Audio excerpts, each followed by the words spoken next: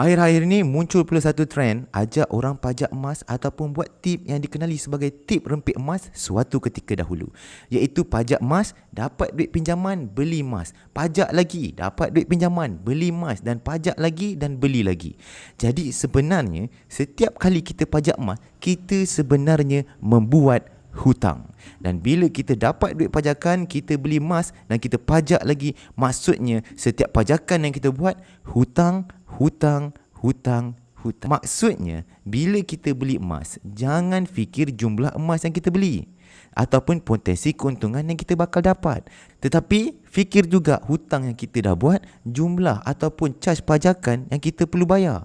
Kalau harga emas tak naik, apatah lagi kalau harga emas turun. Jadi teknik manipulasi arah unit ini adalah teknik untung secupak. Kalau untungnya sedikit, tapi kalau rugi, ruginya segantang. Kalau rugi, ruginya sangat banyak. Hati-hati tuan-puan, tak kiralah teknik boleh datang dalam pelbagai bentuk teknik, tetapi prinsip fundamental, prinsip asas tentang kewangan kekal daripada dahulu zaman Babylon hingga kini dan juga tuan-puan akan kekal selama-lamanya. Jadi hati-hati beli emas. Beli emas hanya menggunakan duit simpanan yang kita nak simpan jangka panjang sahaja. Jangan buat pinjaman untuk beli emas. Semoga bermanfaat. Kita jumpa di next video. If you learn something, please comment.